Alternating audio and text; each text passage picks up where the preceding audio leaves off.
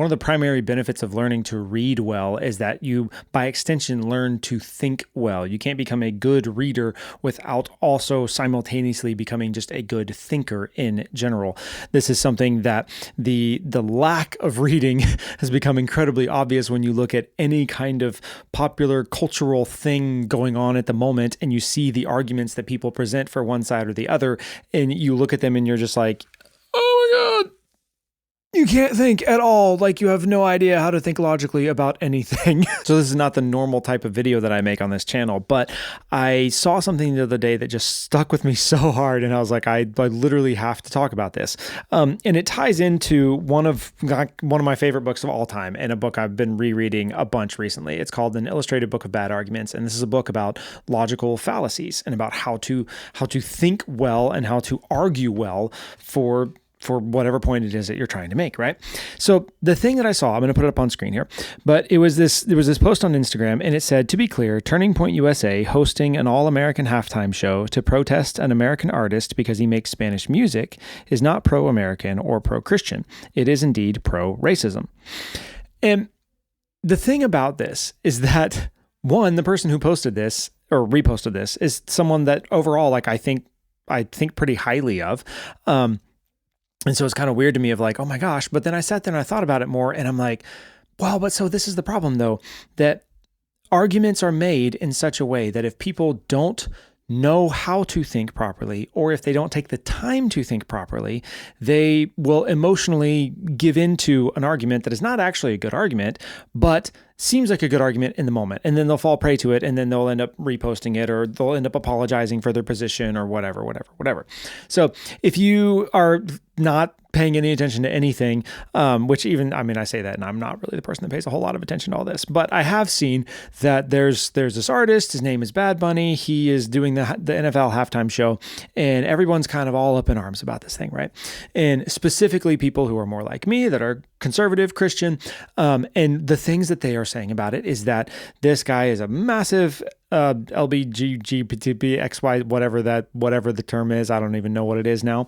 But massive supporter of all that. He makes music videos that the clips that I have seen are like very inappropriate for children. And then kind of one of the final straws was like, oh yeah, and he's doing the whole show in Spanish, right? So there's all these people that are like, dude, this is stupid. I don't want to watch this. And also I'm going to be watching this with my kids. I don't want my kids to see this. And there's this whole uproar. So Turning Point USA comes out and says, hey, you know what? We are going to host the All American Halftime show, and we're going to host a show during halftime of the Super Bowl. And we're going to feature family-friendly content and faith content and just celebrating all the things that normal Americans would want to celebrate in the halftime show. We're going to host the second one, right? So that's kind of the catch up to this. So what I want to talk about today, and why I brought this book out, is I'm just going to walk through what a logical fallacy is, and what an inductive argument is, which is the argument that they're making here, and some ways to recognize how this doesn't make any sense and why it's not a good argument, and why it's not something that, if you are anything like me, like, you need to be worried about or feel convicted by, right? So starting out, a logical fallacy, if we look all the way back at the end of this book, a logical fallacy is an error in the reasoning used to transition from one proposition to the next, and it makes a faulty argument, right? So it's just a bad thinking. It's a form of bad thinking. Like, you weren't consistent, you weren't clear, you didn't keep the same meaning of things, like you did something weird, right? So a logical fallacy is just a way that we can make a bad argument. Of the types of arguments that we can make, there are deductive arguments and inductive arguments. An inductive argument is an argument in which, if the premises are true, then it is probable that the conclusion will also be true, right? So an inductive argument is not something that we can prove in a sense. It's more of a probabilities type argument where we're like, well, yeah, this, so most likely this, right? And the example he gives in here is like, every time we measure the speed of light in a vacuum, it is 3 times 10 to the 8th milliseconds. Therefore, the speed of light in a vacuum is a universal constant, right? So it's like, well, we haven't, and we can't measure that at every point for every time for all of creation to know for absolute certain that it's universal. But every time we've ever tested it for the history of science forever, it's been this. So most likely that's a constant and it doesn't change, right? This is an example of an inductive argument that this person is making, right? So what they're saying is, if you're protesting this show, the performance of an American singer, because he makes music in Spanish, then you are racist and you're supporting racism, right? The pro-American, pro-Christian, we're going to set those aside for the moment. That's essentially what they're saying. It's like, if you are supporting of this, then you are racist, right? The thing that you have to realize is that most of the time, someone who's making an argument like this has thought through it enough that it's like, okay, here's the thing. If your premises were true, then your argument would be true. But the thing about premises is that they have to be true. And if the premises that you're assuming are false, then the argument isn't actually true anymore. So what is called a strong inductive argument is an argument where it's provable that the premises are true. And if the premises that you're using are true, then it's highly probable that the conclusion that you got to is true. What's called a weak inductive argument is if the premises are false, right? So the premise of this whole entire post is that Turning Point USA is hosting this alternative halftime show, right? Because BadBunny sings in Spanish, and in order to protest his show, right? So both of those premises, though, in order for the argument to be sound, both of those premises have to be true, right? Because if they're not true, then the argument is all of a sudden weak because the whole thing that you're basing it on isn't actually the case. So if you go and look at this, what you will see right off the bat is that basically no one really cares that he's going to sing in Spanish. Like, it's kind of annoying, but it's like the straw that broke the camel's back annoying, right? The thing that everybody has a problem with this artist, everybody who would watch the Turning Point USA halftime show instead, the problem that we have with it is, hey, this guy is super big into the LGBTQ. I literally can't. I don't know what it is. Whatever the letters are. The alphabet soup of gender ideology. And it's like one of his main things. And then the 5 seconds worth of clips that I've seen of his music and his videos is decidedly not family friendly. Right? And from everything that I have seen and heard of him, he is not someone who is pro-America in what I think of as America, right? And so the fact that the entire thing will be in Spanish and I won't understand it anyways is so far down the line that it's like, okay, yeah, I mean, I guess it's a factor, but it's not really, right? So the premise that TPUSA is doing this just because it is in Spanish is not a good premise, right? That's not actually true. The second premise is that TPUSA is doing it in order to protest this guy, right? And the fact of the matter of that is that TPUSA did not announce that they were going to do this show until the uproar from normal people being like, this is not what we want for the halftime show for the game that we want to sit down and watch with our kids, right? All the normal people are just over here like, this is the dumbest thing ever, right? And then TPUSA, in order to fulfill a demand in the market, if you will, for a faith-driven and family-friendly halftime show, says, hey, you know what? Let's do it. We'll do one, right? So both of the premises of this argument are not true in reality. That's not why they're doing it, right? If the premises aren't true, then all of a sudden the argument goes from being a strong argument to a weak argument, right?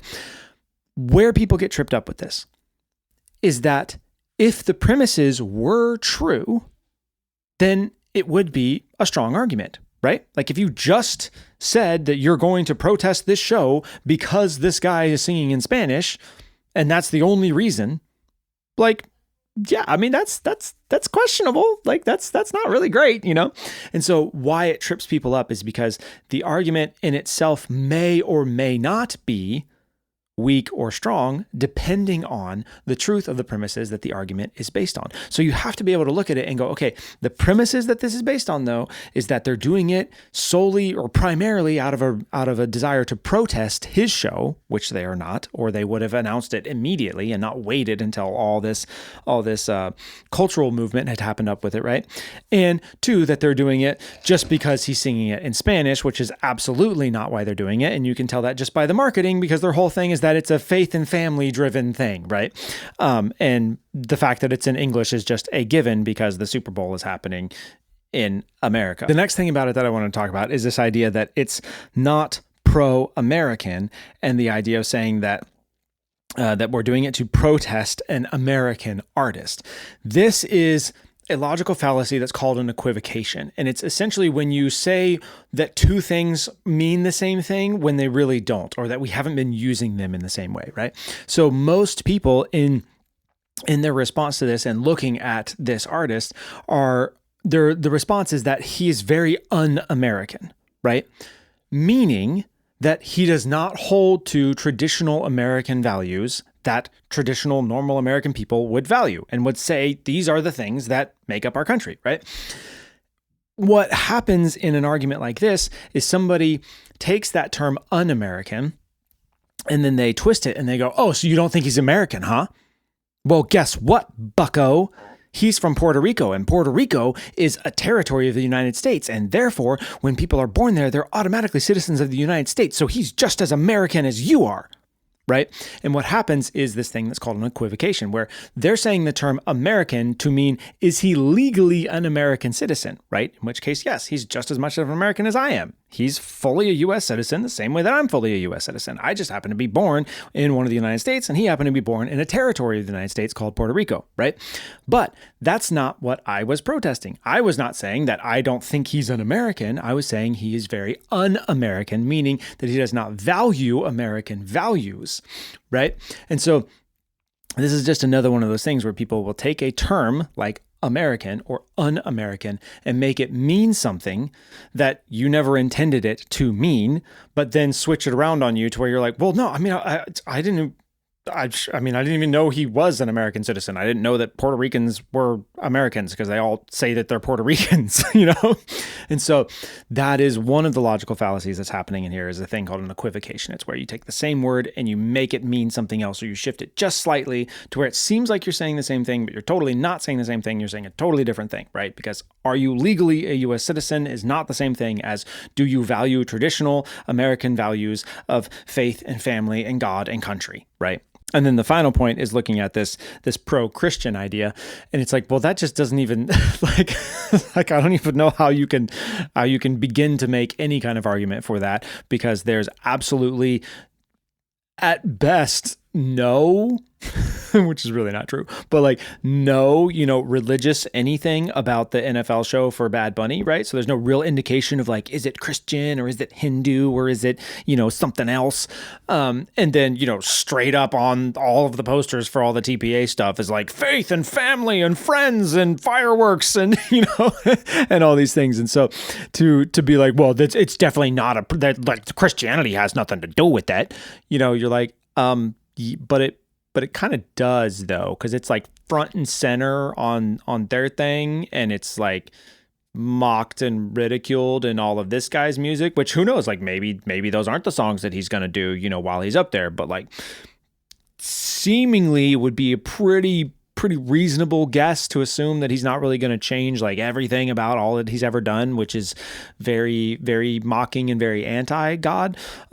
So yeah, it definitely is pro-Christian. Like if the one option is blatantly Christian and the other option is blatantly not Christian, then by default, if I chose the Christian one, it would be the pro-Christian option that I would be choosing. So yeah, thanks for that. All right. So yeah, like I said, that's not normally the type of video that I would do, but if that was helpful, let me know. I just know there's so much of this going on, and there's so many people that get caught up in it and will feel bad about it because someone made an argument that almost made sense. And if you just had a little bit more information, if you just had a little bit more time to think through it, you would realize how ridiculous of an argument it is. But some people just don't have the time and they don't have the understanding or whatever. So if you want to equip yourself, please get this book. It is so good. An illustrated book of bad arguments. It is the best beginning book for understanding logical fallacies and understanding how to think more critically, how to structure arguments well. There's a bunch of other books you could go way deeper in, but this is by far just the best starter book of all this. So yeah. And if you liked it, let me know. Leave me a thumbs up. Let me know. There's, as always, links in the description for all of my favorite books. If you buy through there, it helps this channel. And if you haven't already, make sure you like and subscribe and all the things. And yeah, I'll see you in the next one.